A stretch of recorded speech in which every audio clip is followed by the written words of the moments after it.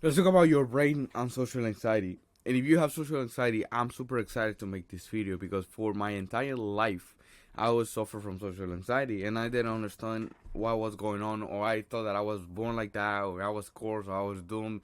I didn't know anything. So this video will answer a lot of your questions, and not only that, but it will give you hope.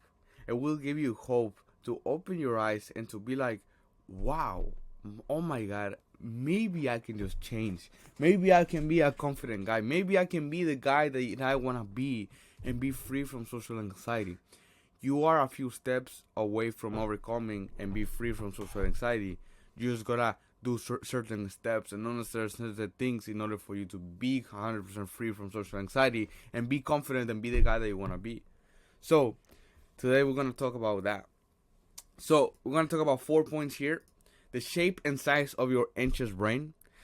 We're going to see and we're going to compare how an anxious brain behaves versus a non-anxious, healthy, confident brain behaves. Insane lenses from an experiment of 75 people with social anxiety, and how to drastically change your anxious brain into a confident and healthy brain. So let's begin. The shape and size of your anxious brain. So I don't want to sound too nerdy here, right? I'm gonna sound like a nerd because I'm gonna talk about certain things about neuroscience and science and all of that. But trust me, I'm gonna simplify everything so that you can be like, what the fuck? This make a lot of sense, right? So I'm gonna explain everything so simple that you can basically take every single message home, and you will be able to take action on the things that I'm gonna talk about so that you can start to be less anxious and more confident around people. So I'm gonna sound like a nerd. I don't wanna get you bored here, but I'm gonna simplify and make everything super simple so that you can understand it. So what I'm gonna talk about is our brain are different. So my brain is different compared to yours, and your different is compared to other people because we have unique experiences, memories, beliefs, the things that we went through, right? The size and the shape of our brain changes every single time that we learn something or every single time that we go through something, right? And it is cool the fact that studies, and there's a super famous neuroscience. His name is Joe Dispenza. So Joe Dispenza has basically studied their brain as well, right? So he was able to change and transform people's life. They went from being anxious to confident. They went from being depressed to happy, right? From addictive to be free, right? A lot of things because he has been able to study the. My name is David Duarte, and I help shy guys in their 20s overcome the social anxiety. So I make content and I basically give you everything, the tools and everything that you need in order for you to overcome your social anxiety. But if you need my personal help to overcome your social anxiety, to stop being anxious, to stop being socially awkward, I can help you with that. So if you want to be free from your social anxiety, and if you want to be able to approach the cute girl at the grocery store without feeling anxious or socially awkward, if you want to make friends at the gym and then fist bump the guys and make the jokes without feeling like people are judging you, I can help you to do that with my help. And the best thing is that you are a few days from being free from your social anxiety. You can notice changes and you can feel more confident around people in less than 90 days. So if you need an extra help to overcome your social anxiety, I'm gonna leave a link on the description. Continue watching the brain for years. This is super cool because they put on a study, right? They put scanners, they put up people's brain scanners, and they were able to see that on their brains, the brain actually releases waves, right? So if people feel happy, there's gonna be waves in a certain way. If they feel depressed or upset, the waves are a little bit slower and they are in a lower frequency, right? This is where a lot of people, law of attraction comes into place, and they're like, you should have high vibration, you should have, these are low energy things, right? Because it's actually true. It has been scientifically proven releases high vibration through our brain waves, right? So if we feel happy, it's higher. If we feel upset, it's lower, right? So this is where the lower, higher frequency comes into place. But we're not going to talk about the law of attraction here to overcome your social anxiety, because the way that you manifest the girl of your dreams and the group of friends that you want to have is by overcoming social anxiety, right? This is the thing that is stop you from manifesting those things in your life. So this is important to understand so that you can have a better understanding when I talk about your anxious brain versus a non-anxious brain, right? Because first I want to bring this home, and I want to put this here, so that when I talk about the things that I'm going to talk about later, you can be like, wait, what the fuck? This is making a lot of sense, right? So first thing first, we have to understand that your actions, every action that you take, has been manipulated by your feelings, and every feeling that you have felt has been manipulated by your thoughts. So we can see that the root cause of every action is not how you feel, but it's how you think. So every thought that we have and every single thing that we have in our mind will determine basically the quality of our life, because our behaviors determine the quality of our life. And if you're not taking care of what you're thinking, if you're not taking care of what goes through your brain, then your life will go through chaos, as you know, right? So this is what I mean by that. So we have thoughts. So we get memories, and our mind starts to plan or have mental movies, right? So let's say if right now you would picture a 10 out of 10, a thick girl naked right now, you will feel horny, right? If you think about the times that someone bullied you, you will feel upset. Because this is the crazy thing about your brain, is that your brain doesn't know what's real and what's imagination. So if I imagine that I have $100,000 in my bank account, I feel abundant. I feel happy. I feel proud. If I imagine that right now I have a beautiful girl, I have the car of my dreams in the garage, and I see that in my mind, and I imagine it, I feel that, right? Because my mind doesn't know what is true and what is true and what is real. Your mind just takes things as how they are, which is so cool, right? You can imagine whatever the fuck you want, a girl naked, or the car of your dreams, or $100,000. You name it, and you will feel it too. And that's why this book, Psycho-Cybernetics, talks about that, right? You can visualize things, and that's how a lot of like Gregor McGregor, right? He was able to visualize and basically be able to manifest that life, because he saw it and he felt it. He imagined it first before he saw it in his real life. Now, I don't want to talk about that. I'd really love to talk about that, but the point here is social anxiety, right? So first thing first, your mind doesn't know what is real and what is right. So whenever you have a thought, you will have feelings, because notice how I say you will feel, right? Your thoughts determine your feelings and moods. Once we have a group of thoughts and a group of memories, we're gonna have feelings, because then after that, our mind has taken over, imagining or taking maybe picturing a mental movie, right? Your mind has taken over. Now your body is about to take over with the feelings. So first we start with the brain. We imagine a girl naked, and after you picture that girl, you will feel horny. So now your body is taking over. If you think about the time that someone bullied you, someone didn't respect you, someone was a piece of shit with you, you will feel upset. So your body is taking over now, right? Because your mind will release chemicals. I'm gonna sound like a nerd here, but your mind releases chemicals and hormones, and after that we get what is known as a mood, or what was known as a feeling, right? So after we have this, we enter into a cycle of, we have thoughts, then we have feelings, thoughts, feelings, and thoughts. So if we think about nasty thoughts, right, we're gonna feel horny, and the more horny that we feel, the more thoughts we have, and the more thoughts we have, the more horny we feel, and the more horny we feel, and it goes on and on and on and on.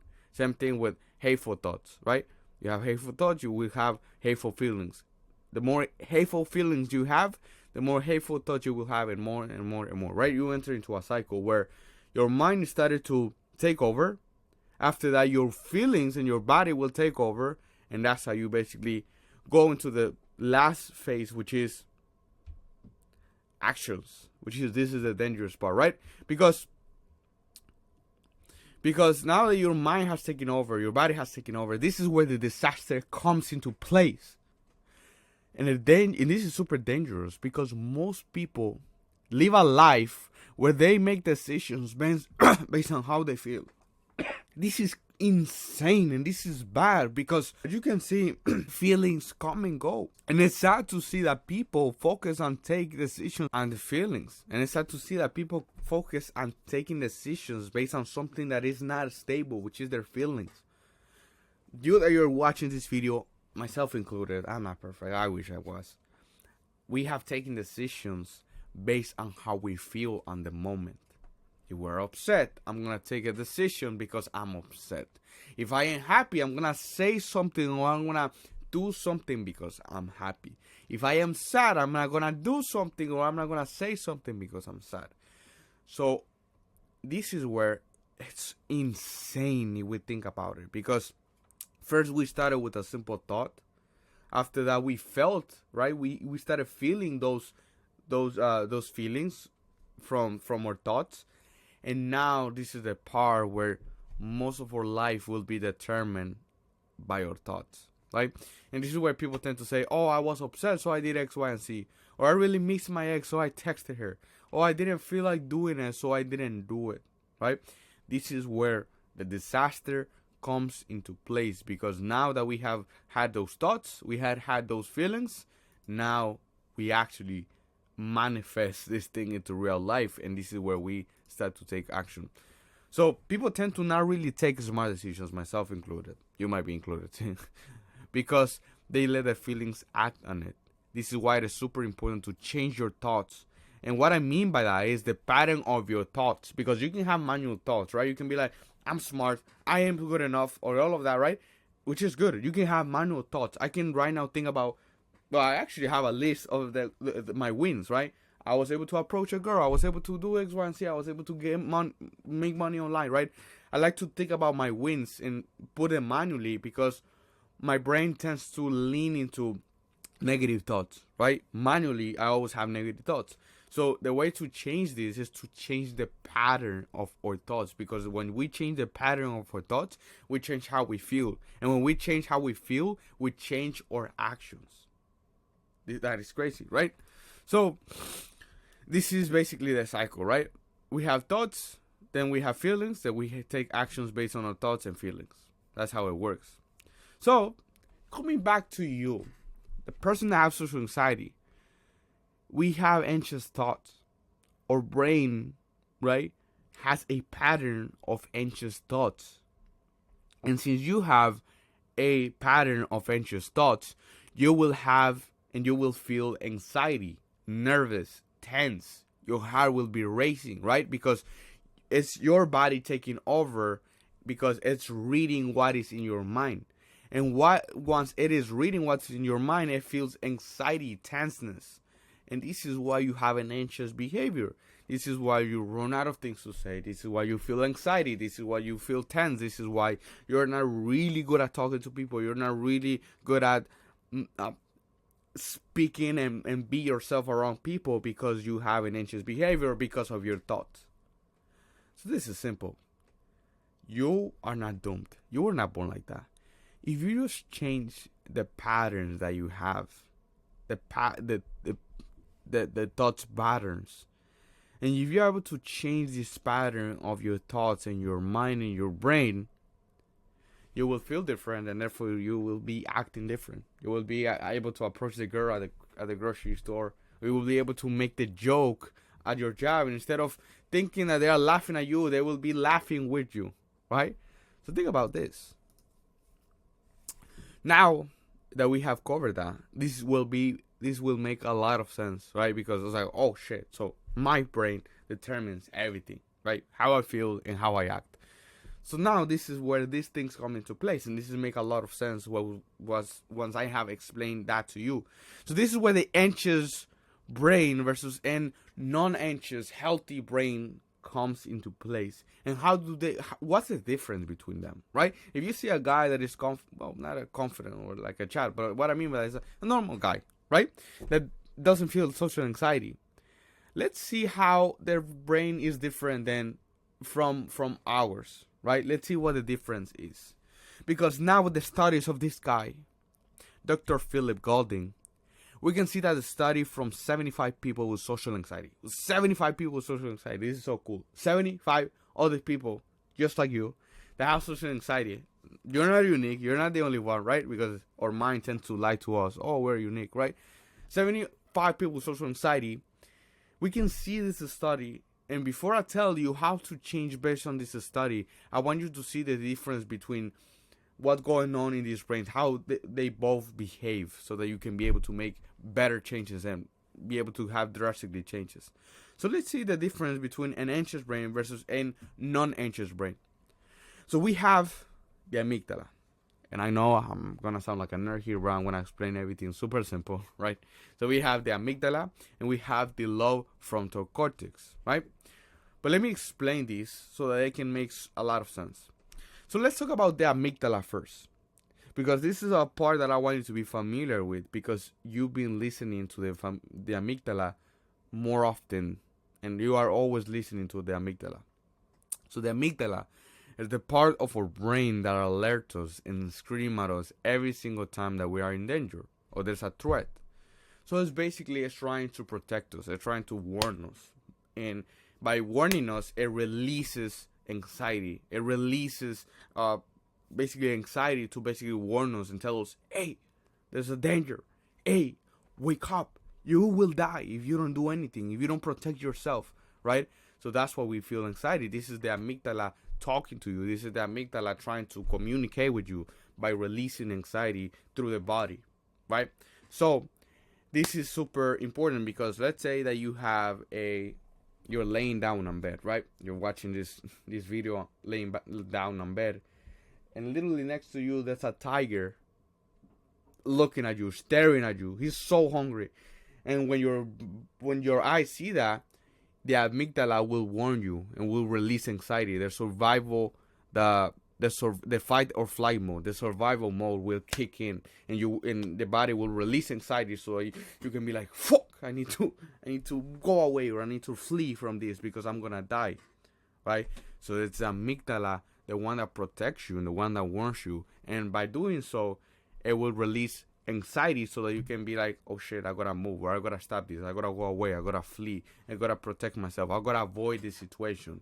And that's why people that have social anxiety tends to avoid social situations, because the amygdala releases this anxiety. And that's why people tend to avoid or cover themselves or go away from people, because it's the amygdala protecting them from a threat, which is people, right? Hopefully that makes sense. So to break this into simple terms, let's call the amygdala Mr. Protector, right? So Mr. Protector is there to protect you and releases anxiety. Now let's talk about the low frontal cortex. So it's the part of our brain that is in charge of logical stuff. It tries to solve problems, planning, decision making. Every single time that you think, why is this going on? Or when you're trying to solve a puzzle or play a game, right? The low frontal cortex is in charge. This guy is in charge to help you to make decisions, to solve problems, to get things done, right? So it basically is the part of your brain that is logical. So we can call it Mr. Logic, right? The low frontal cortex is Mr. Logic, right? So why the fuck am I telling you this, right? Because of what I'm going to talk about right now.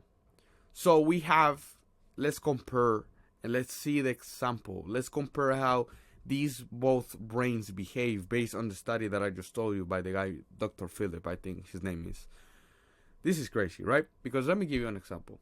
Let's say that you met this beautiful girl. She has blue eyes, blonde hair, she's thick, right? You made this beautiful, cute girl, and you already went on a date with her. Now, you are at work, right? And it's 7 a.m. and you send her a text. And now it's been 5 hours, right? It's 12 p.m. now, and she hasn't texted you back. You haven't received a message from her. A non-anxious brain and non-anxious person will see this, and then the amygdala will kick in. Oh, maybe she doesn't like me. I am a loser and I suck. Maybe I was not attractive to her. That's the Mr. Protector talking, right? The amygdala talking. But then the Mr. Logic comes into place, and he's like, no, dummy. She told me that she was going to have a long day out of school. Maybe she's just busy out of school, right? And that's it. Once this guy showed up, Mr. Logic showed up, and non-anxious brain feels good again. Oh, that's true. What the fuck? That's true, man. I feel good again. Right? And you continue working. But now, you that you're watching this video, you are an anxious person. So this is what happens in that situation. Same scenario, same example. Oh, maybe she doesn't like me. I am a loser and I suck. Maybe I was not attractive to her. But then the amygdala comes, Mr. Logic comes into place. And he's like, no, dummy. She told me that she was going to have a long day at school. Maybe she's just busy at school. But then it was the same situation, but you still feel anxious. You're still overthinking about why she doesn't like you and why you suck. Why does that happen? We had this same scenario. We had the same interaction. We had the same two guys, Mr. Protector and Mr. Logic, in the room. But why did nothing change compared to the non-anxious guy? It's because of this.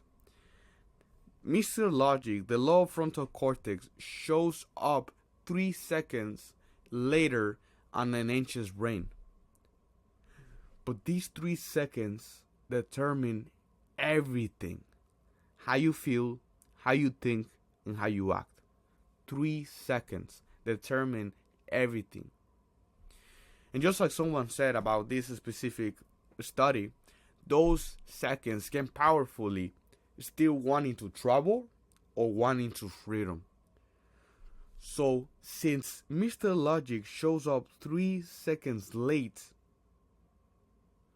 this is where chaos comes into place because of this. Right? This is Mr. Logic, he showed up late. He's like, oh my bad, right? But something interesting happened. Because another thing that happens is when Mr. Logic appears on an anxious brain, he doesn't convince you. Mr. Logic doesn't end up convincing you. And what this part says is not true. What Mr. Logic is saying is not true and he's lying. Rather, the amygdala, Mr. Protector, is being realistic, is being honest. The amygdala is telling me the truth. That's what an anxious brain thinks, right? So not only he shows up a little later, but he also doesn't end up convincing this person because he showed up late. And not only that, but an anxious brain likes to listen to the amygdala more. Right? So this is what happens, and this is why you feel anxious, and this is why you feel inferior. This is why rejection hurts you a lot. Because that you think that the amygdala is telling you the truth. And you think that Mr. Logic is lying to you. Right? So on an anxious brain, this is what happens, right? An anxious brain tends to listen to the amygdala rather than Mr. Logic. And this is crazy because the amygdala is the part of you that releases anxiety. The amygdala is the part of you that warns you, that kicks you in the survival, flight or fight mode. And this is crazy because that's why you feel anxiety all of the time around people. Because it's your brain listening to the amygdala more than Mr. Logic. So that's why the Mr. Logic says she told me that she was going to have a long day at a school. Maybe she was busy at a school. The amygdala in your brain comes and say, oh, wait. Maybe she said that because she did not want me to text her because she doesn't like me. She just ignoring me because I was awkward. Of course I was. Of course. I was talking about the things that I like to do. Why did I do that? That was so stupid. Maybe I should make her talk about herself and listen to her instead of talking about myself. She probably thinks that I'm a freak. Right? And all of this is start to think. Notice how the Mr. Logic has been totally forgotten here. And now the only part that is loud here is the amygdala, Mr. Protector, Mr. Anxiety, Mr. Fight or Flight mode, Mr. Survival mode. No wonder you feel anxiety all of the time around people. It's because of this. Right? So if you want to change and you want to basically turn your anxious brain into a healthy brain, to have drastically changes and so that you can be able to be confident and healthy around people, watch the second part because I don't want to make this so long. So this was your brain and social anxiety. But now the second part is how to drastically change it, and I'm gonna show you the experiment of 75 people and the big lessons that we can get from that. So thank you so much for watching.